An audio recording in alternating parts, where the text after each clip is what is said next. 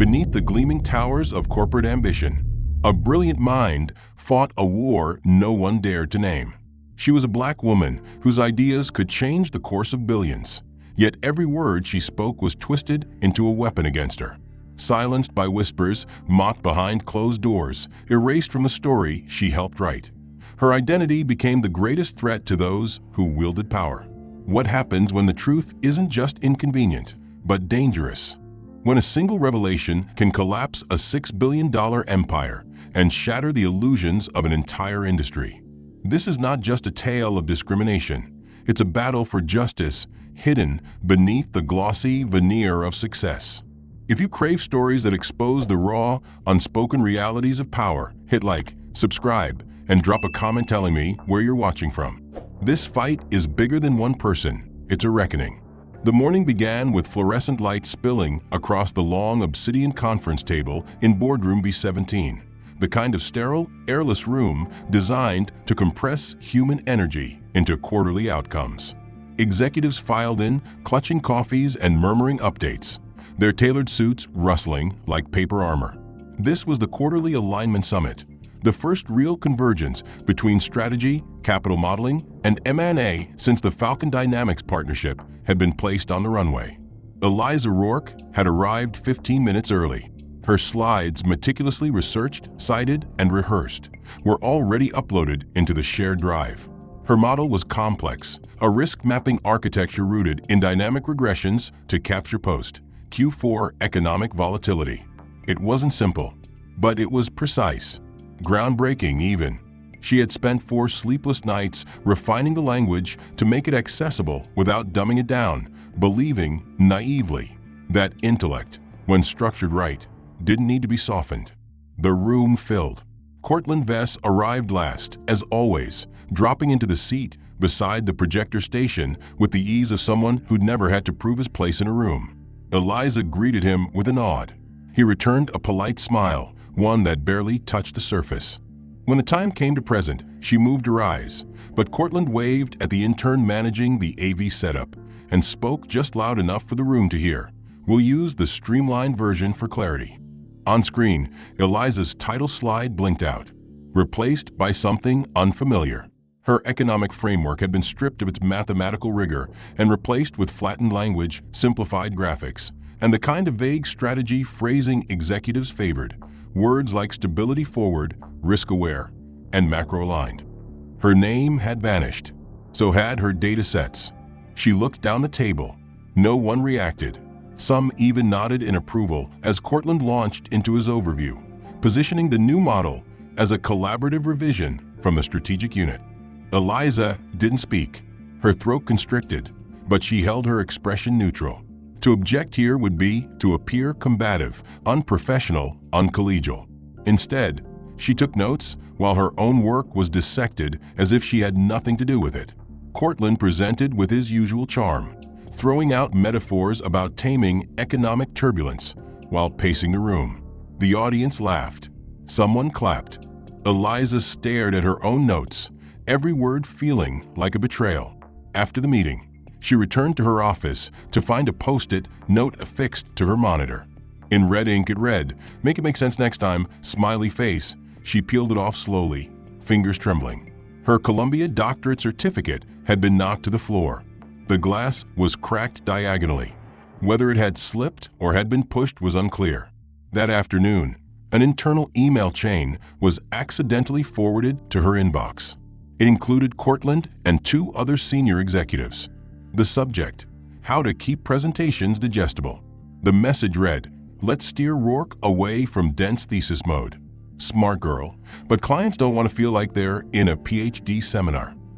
Beneath it, a meme, an image of Eliza photoshopped into a cartoon classroom, standing at a chalkboard filled with equations. A speech bubble above her head said, "According to my regression residuals," someone had added a sticker on her blazer, "Grammar Queen." That night, Eliza stayed late in the office. The city outside blinked with static neon light, the kind that made windows feel like fishbowls. She sat alone, her original slide deck open on her screen, still titled Falcon Volatility Index Risk Map of 4.8. Her cursor blinked in silence, waiting for a response. She didn't move. She couldn't find her voice. The office behind her was quiet, but somewhere down the hallway, a group of junior analysts passed by laughing. One of them said, "She talks like ChatGPT with a law degree." No one corrected him. When she finally stood, legs stiff from sitting too long, she walked to the restroom. The mirror's reflection stared back at her with fatigue drawn into the corners of her eyes. She fixed her collar, wiped away smudged mascara, and whispered to herself, "Don't react." Because reacting in this place meant proving their point. Back at her desk, another email arrived. It was from the internal communications team. The marketing department was hosting a light-hearted meme competition as part of Culture Week, encouraging submissions that gently poke fun at team quirks.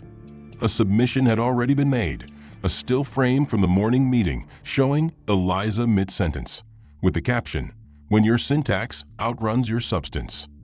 It had the most votes. She reported it to HR. They responded with a message about how humor could sometimes be misinterpreted and that no individual was targeted directly. They added her to the wellness newsletter mailing list. The next day, she found her name removed from the internal Falcon Project wiki page. A footnote read, "Strategic alignment support provided by various contributors." No mention of her. At lunch, Cortland passed her table and said, without pausing, "Appreciate your groundwork. Cleaned up the delivery a bit. Hope that's cool." She double-checked her Outlook calendar.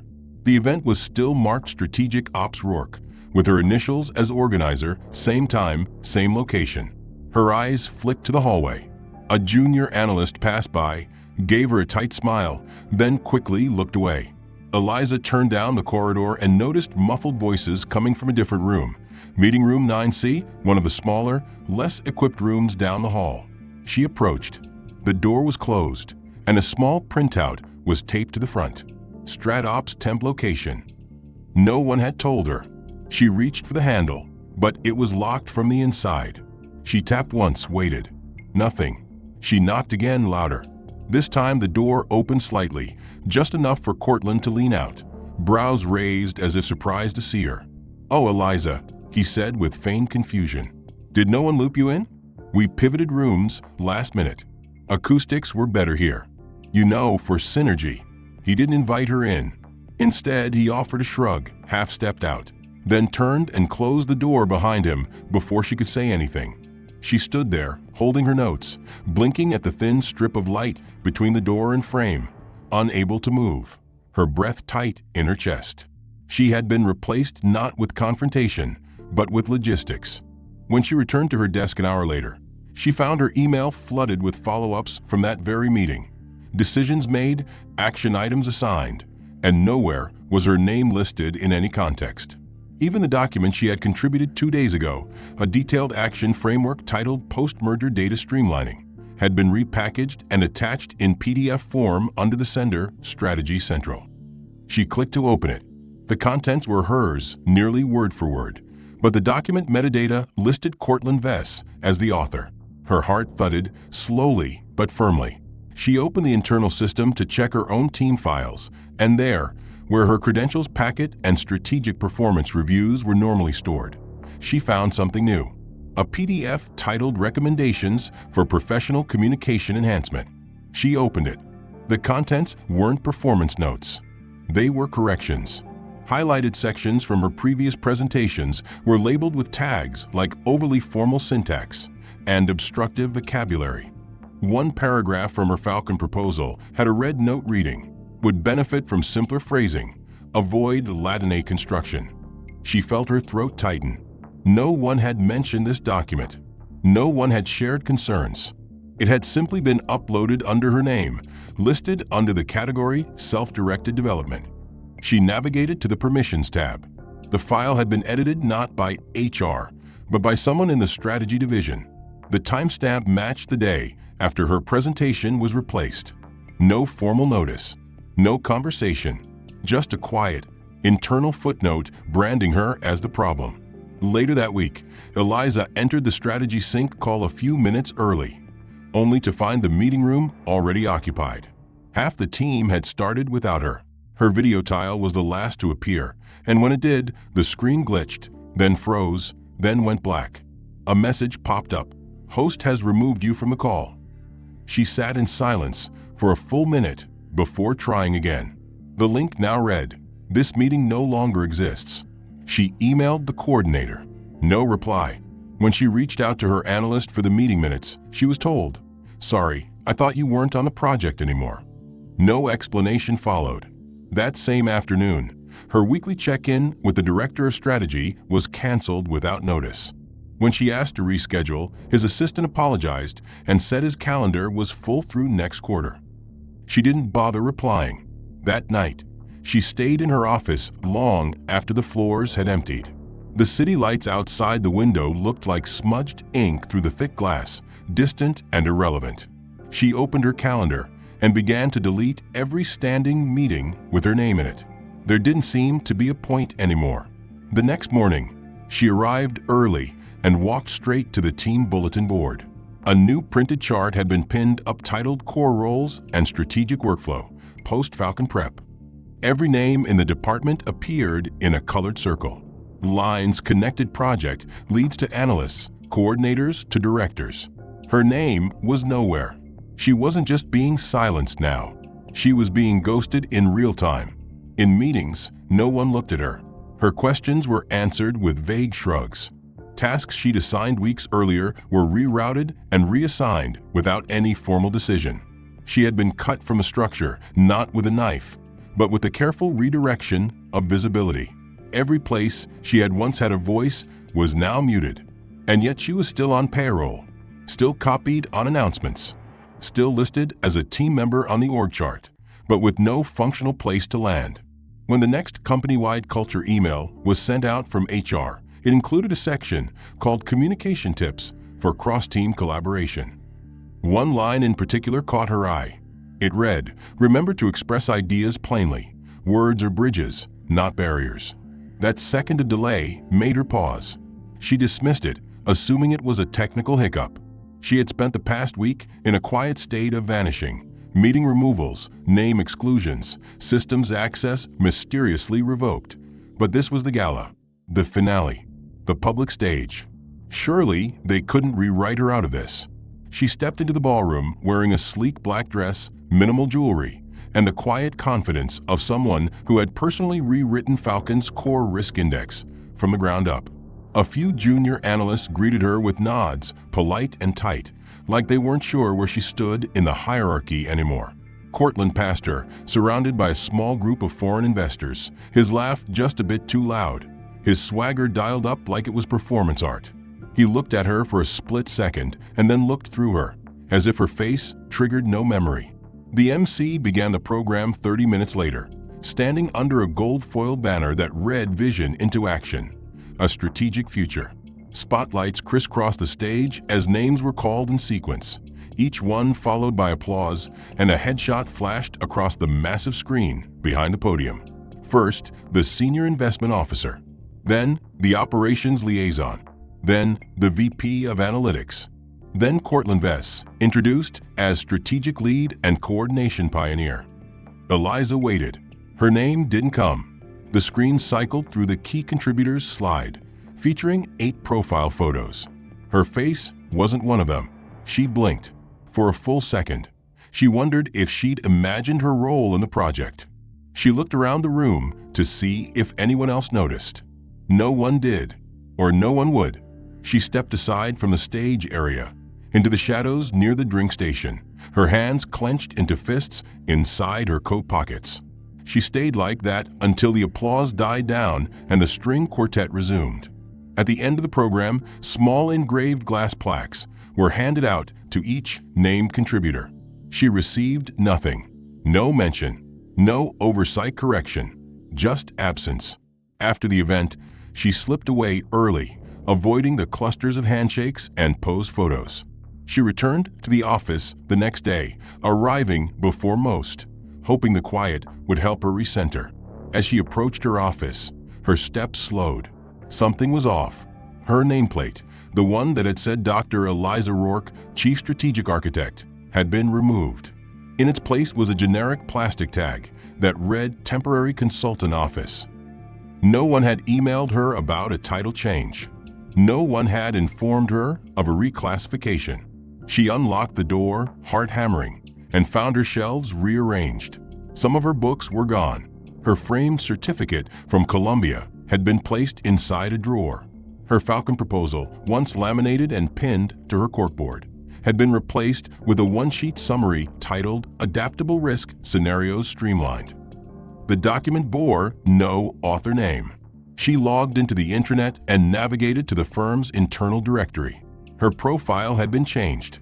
The Chief Strategic Architect title was gone, replaced with External Strategy Consultant. Her department was listed as Advisory Non-Core. She opened the org chart.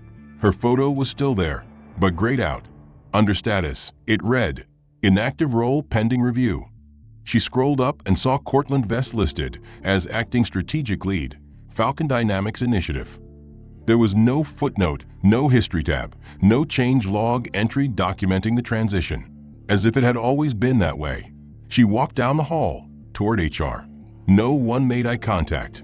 She passed a cluster of associates watching the replay of the gala on the big lobby screen. As Cortland's name was announced, the crowd in the video erupted in clapping. Someone said, "He crushed it. Perfect delivery." Another replied, "Yeah, he made that project happen." Eliza turned and walked away. The HR desk was manned by a new assistant who didn't recognize her.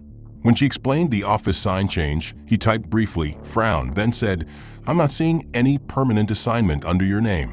You might be on a rotational project.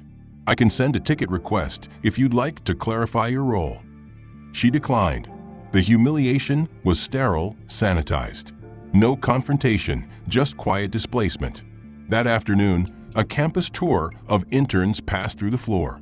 Their guide pointed at her office and said, "That space is used for flex consultants now, not a permanent position." This was the platform where Eliza had once spoken confidently, guiding entire rooms through market anomalies and strategic responses without a single tremble in her voice. But now, as she stood at the edge of the room waiting for her cue to present, the confidence had hardened into a kind of dull, trembling vigilance. Her hands clenched the edge of the portfolio folder with more force than she realized. 30 minutes earlier, Cortland had approached her in the hallway and handed her a USB stick with a casual smile. "This is the updated deck," he'd said, his voice breezy, almost friendly. "Numbers have been validated by ops. Use this version, it's cleaner." She hadn't had time to cross-check it. The printouts she brought had already been pre-collected by one of the assistants and swapped out. In any other context, it would have been a minor adjustment. But this wasn't any other context. She knew something was wrong the moment she clicked to the fifth slide. The projected bar graph had a glaring error, a 19.3% quarterly gain in a market they'd forecast to be contracting. She froze. For 1/2 second, it felt like static had taken over her peripheral vision. She steadied her breath and kept going, glossing over the numbers, using vague terms like emergent growth behavior and projected uptick, hoping no one would challenge the metrics directly. But they did. A Falcon rep with silver cufflinks raised his hand. "Dr. Rourke, could you clarify how these projections reconcile with the Fed's regional contraction indicators? This seems unusually optimistic." Another asked, "Was this model stress-tested against 2023's inflation shocks?" She answered, but every word felt like walking barefoot across shards. She was improvising inside a sabotage. A few of the investors exchanged glances, those tightly coded, high-level expressions that conveyed disdain without needing words. Someone chuckled. It wasn't loud, but it might as well have been thunder. When she finished the presentation, the room didn't applaud. No one asked follow-ups. Cortland leaned forward, thanking her on behalf of the team and joking that it was a dense jungle of data to wade through. Laughter followed, the kind that disguised itself as camaraderie but was really about exclusion. She returned to her seat, face unreadable, hands now clenched so tight her knuckles ached. After the meeting, she checked the dataset Cortland had given her. The numbers had been outdated, and some figures were from an entirely different quarter. Not just misaligned, intentionally misleading. She approached him quietly by the espresso bar outside the boardroom. "That was the wrong data," she said, voice low and sharp. He looked genuinely surprised, or pretended well. "Huh," he said, tapping his temple. "Weird. That's what Ops sent. Maybe it got mislabeled. These things happen." Then he walked off, phone already in hand, not even waiting for her reply. Back in her office, she opened the folder labeled Investor Prep Collateral that had been shared by the comms team earlier that day. Inside, it were visual aids and breakdowns of the stakeholder landscape for Falcon's board. She paused at one particular PDF titled Stakeholder Integration Map. It looked like her diagram, the same visual layout, color coding, and formatting she had designed personally to clarify multi-region shareholder alignment. But it was signed by Elizabeth Rook. She blinked once, twice. Not Eliza Rourke. Elizabeth Rook. At first, she thought it was a typo. But the more she stared, the more it became obvious. Rook. A chess piece. A castle that moves in straight lines. Powerful, but only when directed by others. She checked the metadata. The file had been edited by Cortland's assistant, then uploaded to the official intranet. There was no correction, no note, no mention of her real name anywhere in the document. It was deliberate, a joke hidden in plain sight, the sort of insult that wasn't loud or traceable, but unmistakable in its intention. That name, Elizabeth Rook, had been whispered before. During one of the firm's holiday parties, someone had called her that in passing, mocking her speech. She had ignored it then. Now it was on official documentation, distributed to external stakeholders. She stared at the screen for over a minute before her vision even registered the blinking cursor on the search bar. She typed her own name, Eliza Rourke. Nothing came up under the Falcon Project folder. Not a single document. It was as if she had never contributed. She clicked through the folders manually, desperate to find anything still labeled with her name. She found two files, one labeled grammar_notes _ final docs, the other titled presentation _ simplified.pptx. Both were revisions of her work, dumbed down, neutralized. In the margins, tracked comments criticized her sentence structure. One note read, "Avoid polysyllabic constructions, comes off elitist." Another, "Tone down thesis energy, try for a friendlier, pitch-style rhythm." She closed the folder. She stood and paced the room once, twice. She opened her email and began to write a formal complaint. She described the presentation sabotage, the name distortion, the content theft. She hesitated. She hovered over the send button. Then she clicked save as draft. Because she knew the complaint would go nowhere. There would be plausible deniability, laughter. But the most insidious cut came during the quarterly Culture Plus Coffee event, a supposedly casual team-building day hosted off-site at a luxury retreat center 40 minutes outside the city. It was marketed as a relaxed getaway, where cross-department collaboration was fostered through games, breakout sessions, and casual competitions. Eliza had considered not going, but HR sent a personalized note urging her presence as a strategic leader whose perspective enriches our community. She went. It was a mistake. The morning began with small talk and guided icebreakers, nothing overtly hostile, just the usual stiffness of people forced into manufactured relaxation. After lunch, the group was split into clusters for a trivia-style game called Core Quest. Players were shown anonymous fun facts, habits, or quotes, and had to guess which coworker they belonged to. It started innocently enough, someone who loved jigsaw puzzles, someone who'd backpacked through Patagonia, someone who could juggle. Laughter warmed the room. But then the screen flashed a new prompt. Who once used the phrase, linguistic clarity should not be sacrificed at the altar of brevity during a client meeting? The room erupted with laughter. Eliza froze. She remembered saying that. It had been a defense against Cortland's suggestion to cut her summary slide from a key presentation. She felt every gaze shift subtly toward her. Then came the follow-up slide. A cartoon crown superimposed on a stick figure standing at a whiteboard filled with convoluted text bubbles. Underneath, in all caps, Grammar Queen. The host, a bubbly coordinator from HR, chuckled and said, "Okay, this one's obvious. Who's our syntax superstar?" Cortland, without missing a beat, raised his hand and imitated her tone with a theatrical flourish, elongating his vowels and mimicking a British academic cadence. Indubitably, the analysis suggests a recalibrated lexical engagement, he drawled, twirling an imaginary monocle. More laughter. A few people clapped. One person shouted, "Do the walk too," and he exaggerated a stiff-backed strut across the room. Eliza smiled tightly, but the sound in her ears had gone hollow. Her heart pounded with the cold, sharp throb of public exposure masked as play. It wasn't the first time she'd heard murmurs of the Grammar Queen nickname, but now it had been given a spotlight, sanctioned by laughter, immortalized in PowerPoint. No one said her name. No one had to. Everyone knew. She sat through the rest of the day in a state of quiet detachment, performing engagement while her internal walls buckled. The event ended with a group photo under a banner that read, "One voice, many minds." As the camera flashed, she kept her face composed, jaw tight, eyes unreadable. The next morning, her inbox held a copy of the HR department's new cultural learning series titled Bridging Communication Across Cultures. The deck was sleek and polished, its theme promoting inclusion through language awareness. But on slide 12, there it was, a silhouetted image of a woman standing before a dense whiteboard, her arm extended in mid-presentation, her figure unmistakable to anyone who had been in a room with her. The bullet points beside it read, "Be concise. Avoid overly complex vocabulary. Focus on audience connection. Communication is about clarity, not proving intelligence." The implication was as sharp as it was deniable.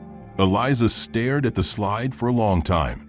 She clicked to the deck's metadata and found the creator, Cortland Vess. She forwarded it to HR asking for clarification. The response came hours later, bland and evasive. The materials are designed using stock imagery and generalized guidance. No individuals were referenced in its creation. She clicked reply, then paused. She deleted the draft. Another waste of breath. Later that week, 2 junior analysts approached her in the break room. One asked, "Hey, Dr. Rourke, is it true you used to be a professor or something?" She nodded, unsure of the tone. "Sort of. I lectured part-time during grad school." The other said, "Makes sense. We've been calling you Professor Mode whenever someone gets too deep in the weeds. Nothing personal, it's just a vibe." She didn't reply. They took her silence as awkward agreement and left laughing. She stood there alone with her coffee growing cold. Her reputation wasn't just being mocked now. It was being twisted into shorthand for overcomplication, condescension, and elitism. At the next all-hands meeting, Cortland presented the new client-first framework. His presentation included a skit, a fake scenario where a well-meaning strategist confused the client with a barrage of terminology. The punchline involved a whiteboard covered in needlessly long words. The character's name in the script, her deep analysis on regional alignment, transitional staffing models, and regulatory pathing had shaped the foundation of the strategic rollout. Even after her visibility had been stripped and her name reduced to caricature, she had continued the work quietly, efficiently, believing that substance might outlast spin. She was scheduled to present third on the agenda, right after the operations update. Her slides had been uploaded the night before to the secure server under the board folder labeled Tier 1 Contributors.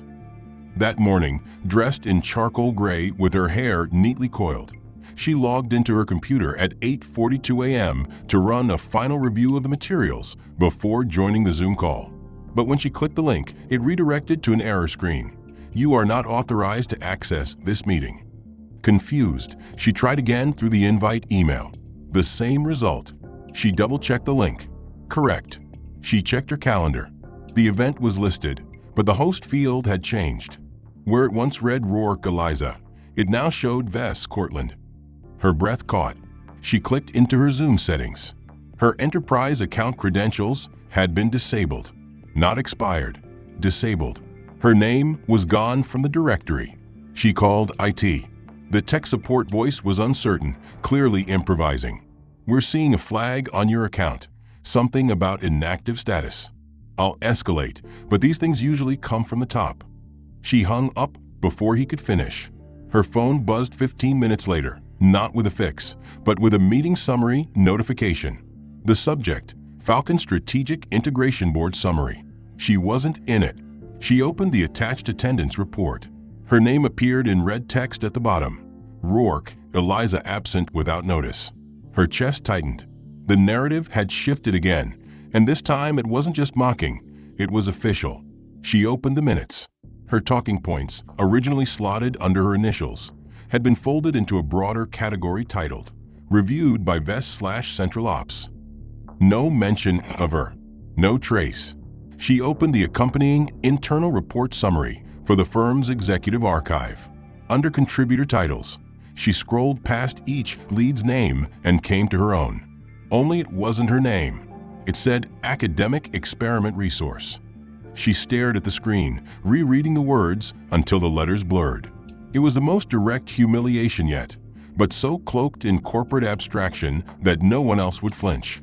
It wasn't disgraced former strategist or stripped executive. No, it was a title so absurd, so contextless, that it mocked her without ever having to justify itself. It reduced her years of rigor into a label that sounded like a failed pilot program. Her email still worked, but no one replied. Her team's messages showed seen, but received no responses. She walked to the strategy floor and found her badge no longer opened the glass divider to the executive row. She had to be buzzed in by an intern who didn't recognize her. When she got to her desk, her monitor was gone. In its place was a standard laptop with a sticky note. Temporary system for contractors. No one had spoken to her about any of this. No HR call. No written memo. Just a slow, silent unfolding of her professional identity until all that remained was a shell of access with no authority attached to it. She sat down anyway. She opened her files. Most of them were locked now. Her Falcon folder had read-only access. She attempted to open her performance archive. Access denied.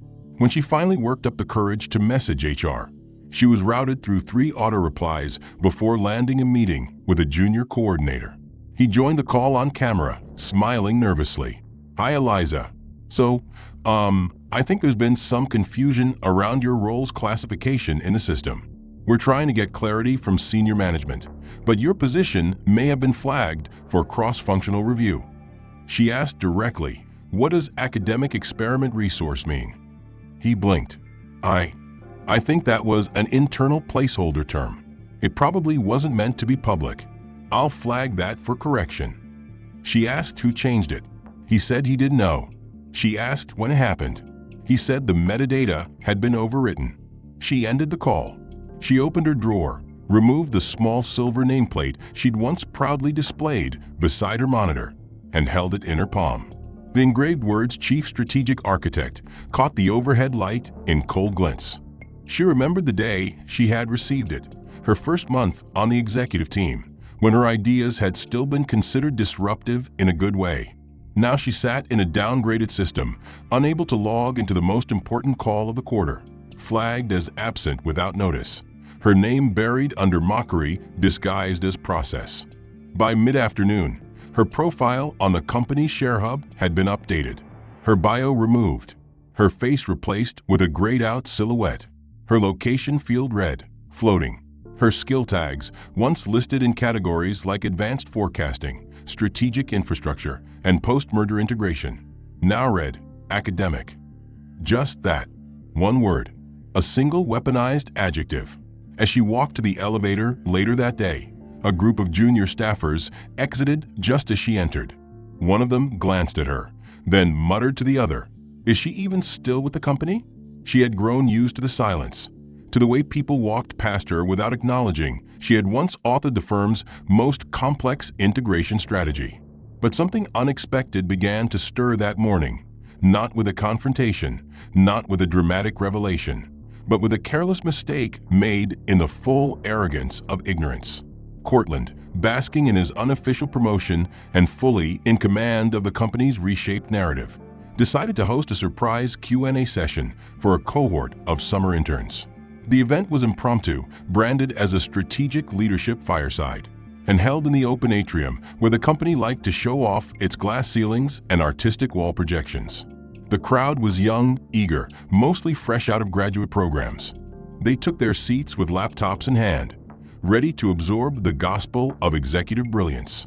Cortland entered like a man walking onto a stage he had built himself. Smiling, relaxed, sleeves casually rolled. He greeted them with a charismatic tone that sounded practiced and hollow to anyone paying attention. "Ask me anything," he declared, flashing his teeth. "Strategy, mergers, risk, whatever keeps you up at night." The questions started light: career advice, books to read, how to network up the chain. But one in turn, a quiet and sharply observant analyst named Jonah Park, finally raised his hand and asked something far less performative. In last year's Falcon model, he said, there was a volatility heat map that used hybrid regression and dynamic behavioral indexing across currency corridors. I tried to find it in the archives, but all I saw was a simplified version with flat-rate wristbands. Was the advanced framework dropped? Cortland hesitated. He gave a short laugh, then reached for the tablet on the lectern. "Oh, yeah, that old thing," he said. "It was experimental. We pivoted to a leaner model, more digestible." Jonah pressed politely. "But the original was more accurate, right? Especially for Q4 hedging. I ran a simulation and got significantly tighter forecasting from the 4.8B model." "Wasn't that?" Cortland cut in, attempting to shift the conversation. "Well, accuracy's only half the game. Accessibility matters more in client-facing strategy." Then, clearly flustered but trying to mask it, he tapped into the company's visual archive system to clarify the newer model. But something went wrong. He clicked a folder marked Legacy Models Archive, opened a file titled FELCONV 4.8 Live Readout ER, and projected it onto the screen. Eliza's original architecture. Her predictive heat map bloomed across the atrium's massive screen, pulsing red, amber, and green corridors laced through with real-time velocity overlays. It was unmistakably complex. It was also undeniably correct. There was a beat of silence, then a wave of murmurs. Someone whispered, "Is that real-time sync?" Another said, "That's not in our dashboard." Jonah leaned forward. "That's Eliza Rourke's model. I saw an excerpt in one of her white papers last fall." Another intern asked, "Why isn't that the one we're using?" Cortland fumbled. He tapped the screen, trying to close it, but the image lingered. It was too late. The visuals weren't just impressive. They were clearly built from an intelligence that had been missing in the simplified replacements. His voice cracked slightly as he said, "It's legacy code. Not applicable anymore. We've moved forward." But even as he said it, the accuracy margin listed at the bottom corner pulsed in quiet betrayal. 94.8% predictive certainty. The current model hovered somewhere around 68. A silence deeper than embarrassment filled the space. It was a kind of silence that announced a structural fracture, the moment when illusion cracks, and everyone present silently recalibrates what they thought they knew. Cortland coughed, closed the file, and switched the screen to a bland company value slide, trying to salvage the moment. But the damage was done. The interns didn't press further, but their eyes were different now, curious, skeptical, no longer dazzled by his charm. One intern in the back, a soft-voiced woman with a steel stare, whispered to the person beside her, "Wait, wasn't that hers?" No one had to ask who she meant. News spread fast. By late afternoon, whispers echoed through the building's internal chats, especially in the intern group channels and backdoor Slack threads analysts used to swap tips. Screenshots of the heat map slide circulated with captions like "Legacy looks better than anything in rotation," and "DR equals Eliza Rourke." Someone even unearthed an archived newsletter from 6 months prior, where she had been credited for revolutionizing strategic elasticity in market pulse analytics. The digital footprints were faint but undeniable. Cortland had tried to bury a genius. He'd buried gold and built a sandbox over it. By early evening, even some mid-level staff began asking questions. Quiet ones, careful ones, but questions nonetheless. Hey, wasn't Eliza behind the Falcon Index? Didn't she write the volatility regression? It didn't feel like an accident. It felt deliberate. Someone had hidden that model. Someone had decided it wasn't meant to be seen. But why? That night, after hours, he and two other interns stayed behind in the bullpen area, screens dimmed, coffee half-drunk, typing in silence, but exchanging glances that said they knew they were looking at something they weren't supposed to touch. Jonah pulled up the archived version Cortland had opened and began digging into the metadata. The file was locked behind admin credentials, but as a data analyst in turn, he had partial read access to version logs. It was enough. He navigated the internal Share Hub console and cracked open the revision history, then followed the trail backward, layer by layer, edit by edit. And there it was, version 4.8a, time-stamped 8 months earlier. At the bottom of the script header, embedded in a private comment tag, were the words, "Initial model structure by O'Rourke. Do not simplify corridor metrics, high volatility, behavior validated." He stared at it. One of the other interns leaned in. "That's her, right?" Jonah nodded. "No doubt." They kept digging. The original framework files had been copied and renamed under Cortland's shared folder 2 weeks after the first Falcon meetings. A side-by-side comparison showed that most of the content was untouched, only relabeled. The elegant risk indexing, the elastic forecasting algorithm, the time-adjusted corridor overlays, they were all hers. And Cortland had simply swapped branding, flattened explanations, and reissued it under his own lead. Jonah took a screenshot, not of the model, not of the dashboard, of the code snippet with her initials and the embedded warning note, a watermark of authorship. He uploaded the image to the firm's internal collaboration forum under the title Historical Falcon Model Insight. He didn't write an accusation. He didn't need to. He wrote, "Rediscovered this in version history during Q&A prep. Architecture looks like it predates current integration. Anyone know why this wasn't adopted?" The post was innocuous, neutral, but within an hour, it had over 70 views. By midnight, 2 junior engineers had chimed in confirming the accuracy delta. By morning, it had been bookmarked by over 100 users, including at least 5 from the strategy department. The quiet truth had begun to walk. It didn't explode. It unfolded, deliberate and unstoppable. The firm's culture, built on curated perception and tightly controlled internal narratives, had never anticipated that truth could emerge from within.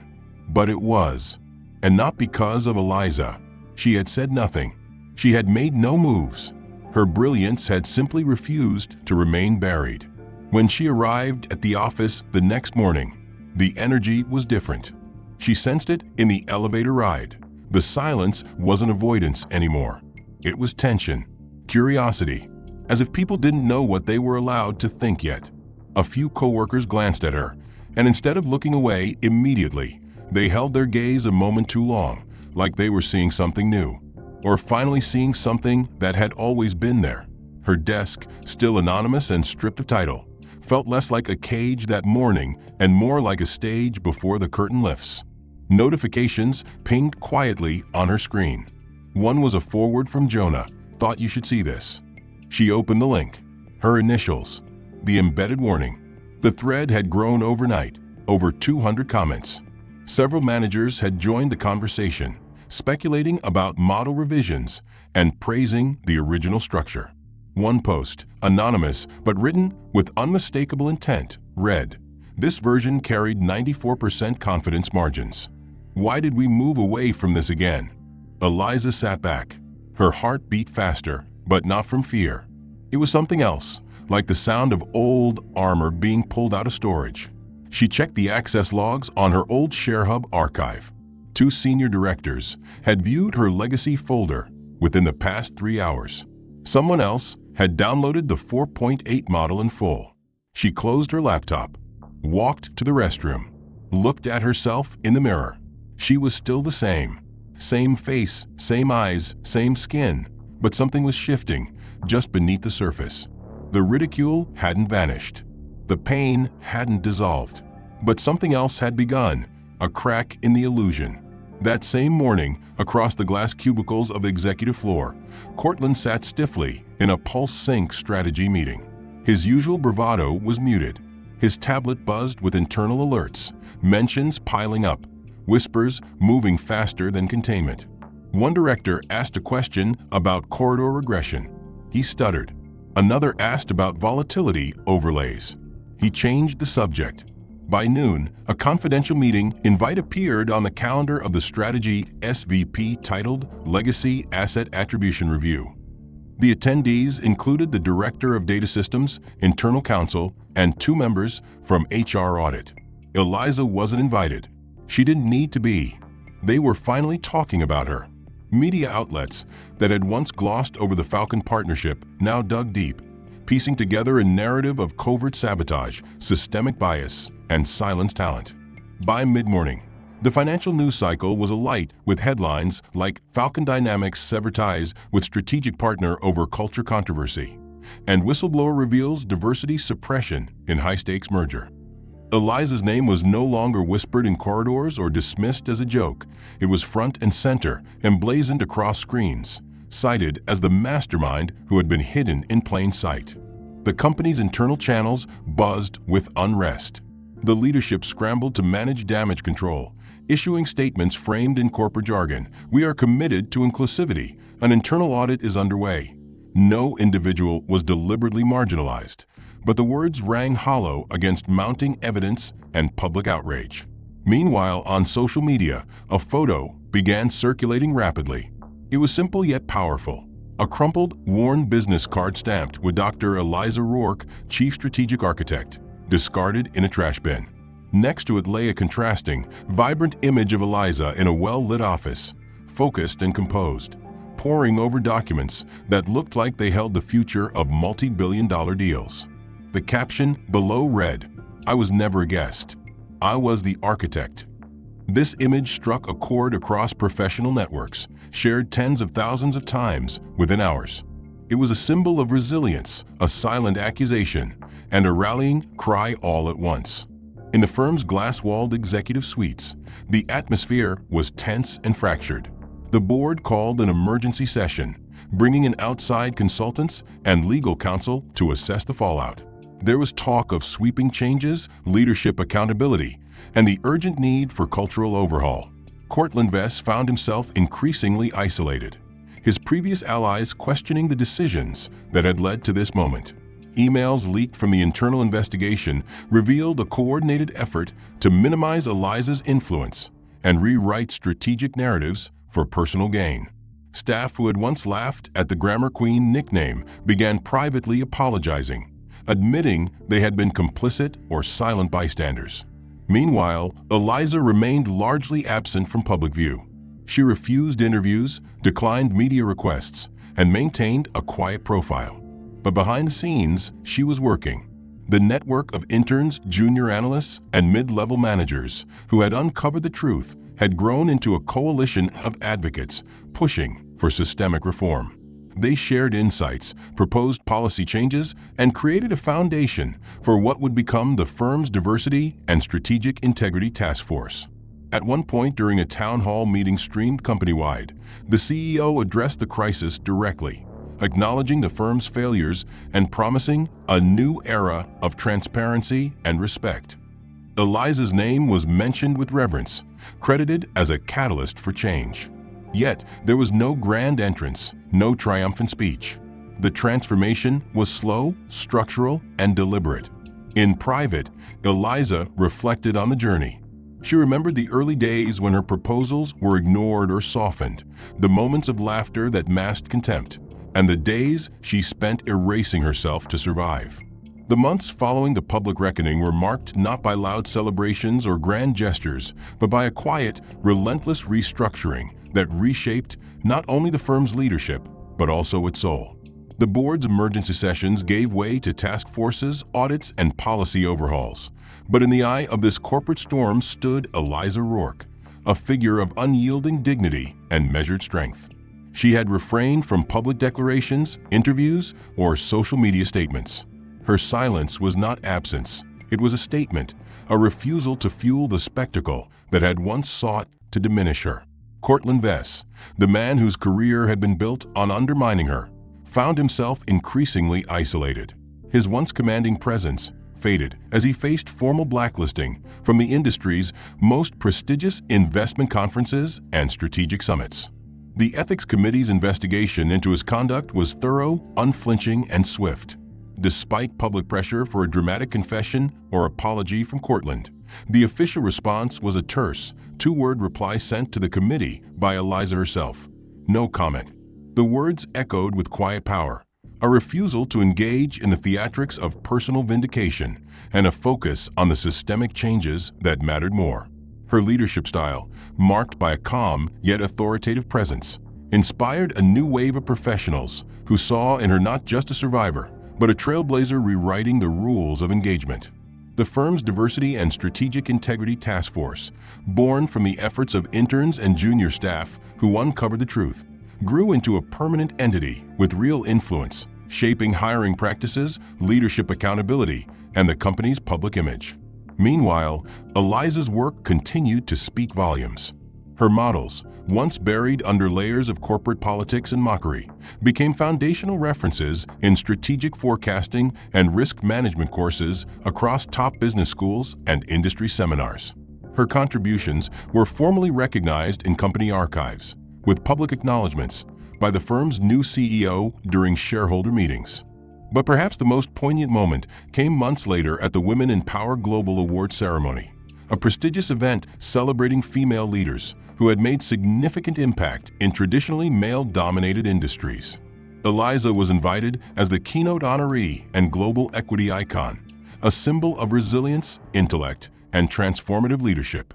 The auditorium was packed with luminaries from across sectors, the air thick with anticipation and respect. When Eliza walked on stage, the room fell into a reverent silence.